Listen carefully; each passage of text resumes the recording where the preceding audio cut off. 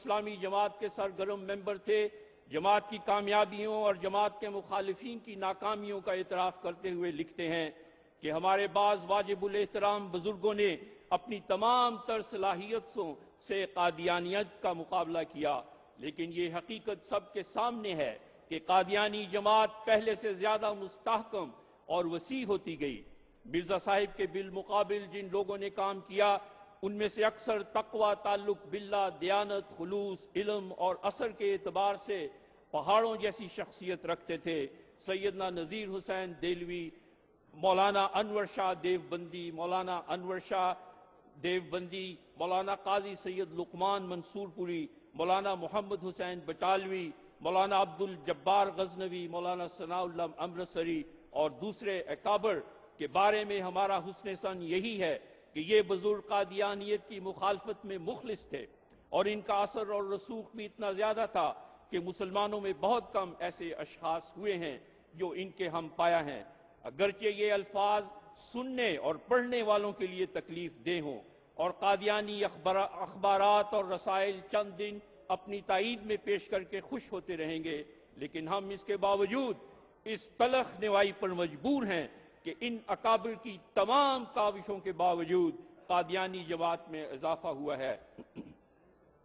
حضرات توجہ فرمائیں، بقول مولوی عبد الرحیم اشرف صاحب تقوی و دیانت اور تعلق باللہ، خلوص، علم اور اثر کے لحاظ سے پہاڑ جیسی شخصیتوں کی حضرت مرزا صاحب کے مقابل پر ناکامی واضح کرتی ہے کہ ان کے تقوی، دیانت، تعلق باللہ اور حسن کردار کے بارے میں جو مولوی عبد الرحیم صاحب کو حسن ظن تھا وہ اس پر پورے نہیں اترے، اور یہ ناکامی اس بات کی دلیل ہے کہ جماعت احمدیہ کی کامیابی ہی دراصل اعلیٰ اقدار اور بہترین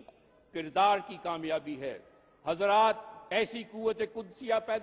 پیدا کرنے والی وہی ہستی ہو سکتی ہے جسے خدا تعالیٰ نے کھڑا کیا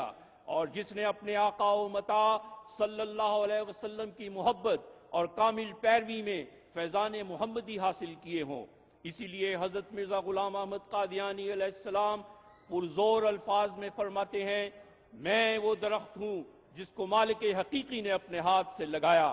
بلا شبہ اس شجر طیبہ کے دائمی پھل اعمال صالحہ کی صورت میں ظاہر اور باہر ہیں، جس کا اعتراف غیروں نے بھی کھل کر کیا ہے۔ چنانچہ مشہور سکھ لیڈر سر دیوان سنگھ لکھتے ہیں کہ ہم کہہ سکتے ہیں کہ جہاں تک اسلامی شعار کا تعلق ہے، ایک معمولی احمدی کا دوسرے مسلمانوں کا بڑا سے بڑا مذہبی لیڈر بھی مقابلہ نہیں کر سکتا، کیونکہ احمدی ہونے کے لیے یہ لازمی ہے کہ وہ نماز، روزہ، زکوٰۃ اور دوسرے اسلامی احکام کا عملی طور پر پابند ہو۔ چنانچہ ایڈیٹر ریاست کو اپنی زندگی میں سینکڑوں احمدیوں سے ملنے کا اتفاق ہوا، اور ان سینکڑوں میں سے ایک بھی ایسا نہیں دیکھا گیا جو کہ اسلامی شعار کا پابند اور دیانتدار نہ ہو، اور ہمارا تجربہ یہ ہے کہ ایک احمدی کے لیے بد دیانت ہونا ممکن ہی نہیں، کیونکہ یہ لوگ خدا سے ڈرتے ہی نہیں بلکہ خدا سے بدکتے ہیں۔ اسی طرح علامہ نیاز فتح پوری لکھتے ہیں کہ احمدی جماعت میں اس عملی پہلو کو سامنے رکھ کر ایک ایسی روح پھونک دی جس کی مثال ہمیں دوسری مسلم جماعت میں اس وقت نہیں ملتی،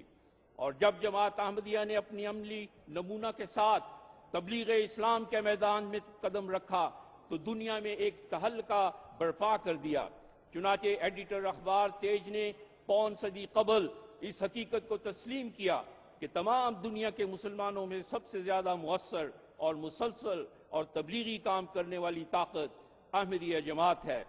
اسی طرح مشہور سکھ اسکالر شمشیر سنگھ نے لکھا کہ احمدی مسلمانوں نے اپنے دین اسلام کی تبلیغ کے لیے عملی صورت میں جتنی سر توڑ کوشش کی ہے وہ شاید ہی عرب کے خلفائے راشدین کے بعد کسی اور اسلامی جماعت نے کی ہو۔ بلا شبہ اس تبلیغ کے پیچھے احمدیوں کی وہ عظیم الشان جان و مال، طاقت اور عزت کی قربانیاں ہیں جن کا اعتراف کرتے ہوئے مولوی عبد الرحیم اشرف نے لکھا، ہم کھلے دل سے اعتراف کرتے ہیں کہ قادیانی عوام میں ایک معقول تعداد ایسے لوگوں کی ہے جو اخلاص کے ساتھ مال و جان اور دنیاوی وسائل و علائق کی قربانی پیش کرتی ہے۔ ان عظیم الشان قربانیوں کی بدولت آج جماعت احمدیہ عالمگیر دن دگنی اور رات چگنی ترقی کر رہی ہے۔ کینیا کے ممباسا ٹائمز کے مطابق جبکہ 1962 میں جماعت احمدیہ کے مبلغ عیسائی مشنریوں کے مقابل پر 10 گنا تیزی سے لوگوں کو حلقہ بگوش اسلام بنا رہے تھے، تو آج یہ رفتار ہزاروں گنا ہو چکی ہے، اور جماعت ہر سال بیتوں کے دگنے ہدف پورے کرتے ہوئے اس سال کروڑوں پھل حاصل کر کے ایک تاریخی سنگ میل طے کر چکی ہے۔ اب تھوڑی دیر میں یہ کروڑ ہا انسان ہر رنگ و نسل کے اپنے پیارے امام حضرت امیر المومنین خلیفۃ المسیح الرابع ایدہ اللہ تعالیٰ بنصر العزیز کے ہاتھ پر ٹی وی سیٹلائٹ کے ذریعہ شرف بیعت حاصل کریں گے، جہاں ہم دیکھتے ہیں کہ اس شجر طیبہ کو سرسبز و شاداب رکھنے کے لیے اللہ تعالیٰ نے جماعت کو خلافت کے نظام کی برکت سے نوازا ہے، جس کے تحت جماعت کے تعلیمی، تربیتی اور تبلیغی پروگرام اور MTA پر ہر روز 1 درجن سے زائد زبانوں میں 24 گھنٹے جاری رہتے ہیں اور دکھائے جاتے ہیں۔ جماعت احمدیہ کی ان کاوشوں پر تبصرہ کرتے ہوئے رسالہ نبوت کراچی لکھتا ہے، مسلم ٹیلی ویژن احمدیہ کی نشریات نے عالم اسلام میں اضطراب و بے چینی کی ایک لہر پیدا کر دی ہے، اور مسلمانوں کے ارباب حل و عقد پوری دنیا میں بالعموم اور بر صغیر میں بالخصوص کسی لائحہ عمل تک پہنچنے کی کوشش میں سرگرداں ہیں، تو دوسری جانب ان نشریات نے احمدیوں کے عزائم و حوصلوں کو بھی خاصا بلند کر دیا ہے۔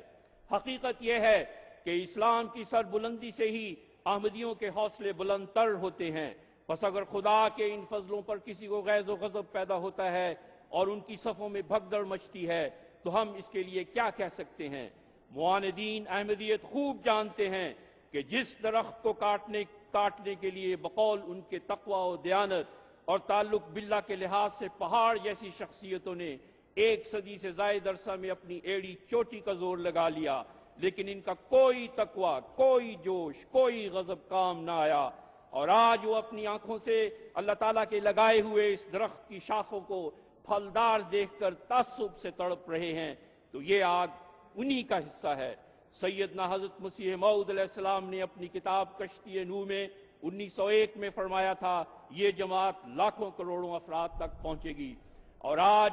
ہم جس دلی تمنا کے بھر آنے کے دن اپنی آنکھوں سے دیکھ رہے ہیں، اس پر حضرت مسیح موعود علیہ السلام کی روح کتنی خوش ہوگی، اس کے تصور سے ہی ہماری مسرتوں کو 4 چاند لگ جاتے ہیں۔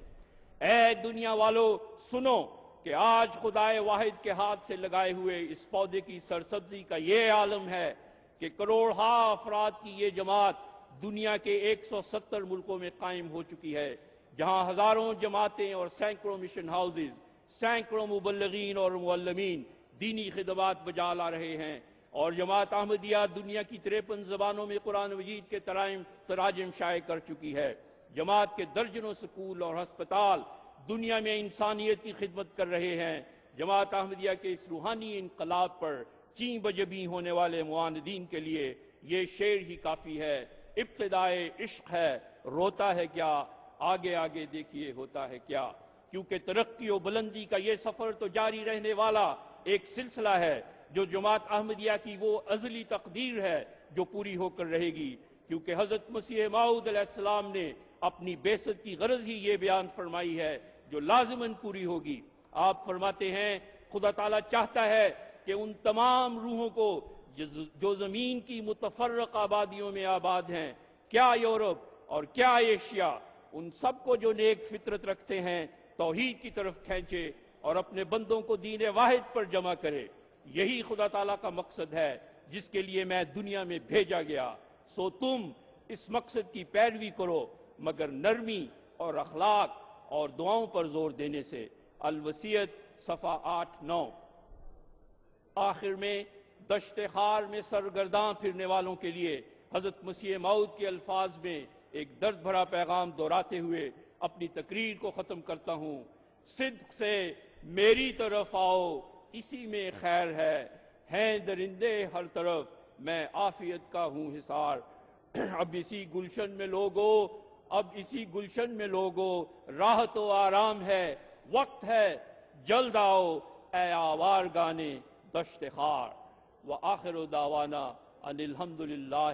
رب العالمین.